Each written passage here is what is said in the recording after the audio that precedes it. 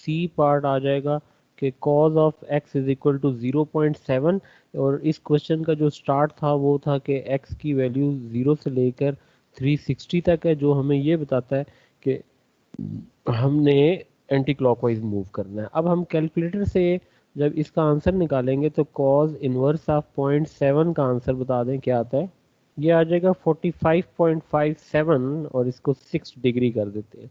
क्योंकि cos positive है तो हमें ये पता है कि cos की वैल्यू पॉजिटिव फर्स्ट क्वाड्रेंट में होते हैं और फोर्थ में होते हैं। कैलकुलेटर का आंसर हमने देखा वो है एक्यूट और साथ वो प्लस 45.6 है। अच्छा, अब रह गया मसला, क्योंकि ये तो बेसिक एंगल है और हमें ये पता चल गया फर्स्ट क्वाड्रेंट में है, तो हमने फिर देखना है कि कॉस पॉजिटिव और कौन से क्वाड्रेंट में। जिस भी क्वाड्रेंट में होगा ना वहाँ बेसिक एंगल शो किया जाता है, यानी नेक्स्ट क्वाड्रेंट के लिए हमें बेसिक एंगल की रिक्वायरमेंट होती है, तो हम यहाँ पे लिखेंगे 45.6।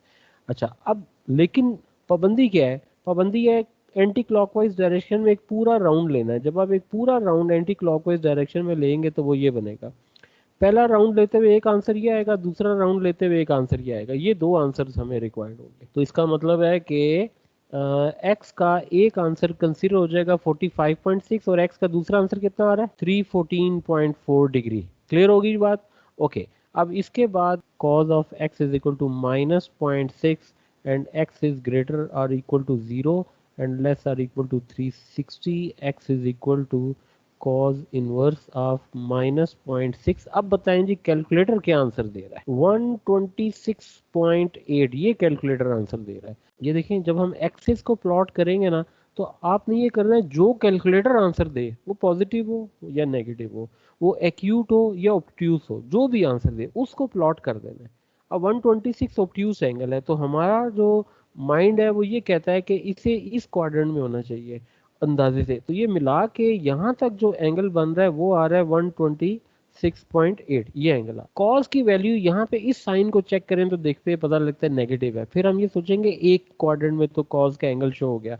अब दूसरा कौन सा क्वाड्रेंट है जहाँ पे एंगल शो हो रहा है, जो यहाँ पे कॉस नेगेटिव हो? थर्ड में। तो थर्ड में जब आप लाइन लेंगे ना, देखें अब ये लाइन ली है, तो ये देखें मैंने आपको बताया था कि जब हम सेकंड क्वाड्रेंट के ऑप्शन पे जाते हैं वहाँ बेसिक एंगल शो किया जाता है। अब इसका मतलब है यहाँ बेसिक एंगल रिक्वायर्ड है। हमारे पास 90 से बड़ा 126.8 आ गया, ये तो जनरल एंगल है, हम यहाँ पे तो इसको शो नहीं कर सकते हैं। तो क्या हम सेकंड क्वाड्रेंट में बेसिक एंगल निकाल सकते हैं? 180 माइनस कर दो ना जी, क्योंकि देखो ना, आप जरा थोड़ा सा खुद देखें कि ये कौन सा एंगल है, ये वाला, ये बेसिक। तो 180 से इसे माइनस करें कितना आंसर आता है? तो इसका मतलब है ये आंसर आ गया 53.2 और यही बेसिक एंगल यहाँ शो हो जाएगा। अब आप उस पे आ जाएं जो हमने करना है। मसलन हम क्या करना चाह रहे हैं कि हमने एक एंगल एंटी क्लॉकवाइज डायरेक्शन में ये निकालना है, दूसरा एंगल एंटी क्लॉकवाइज डायरेक्शन में ये निकालना है, एक पूरे सर्कल के राउंड में एंटी क्लॉकवाइज में। तो अब आप इन एंगल्स को यहाँ पे मेंशन कर सकते हैं।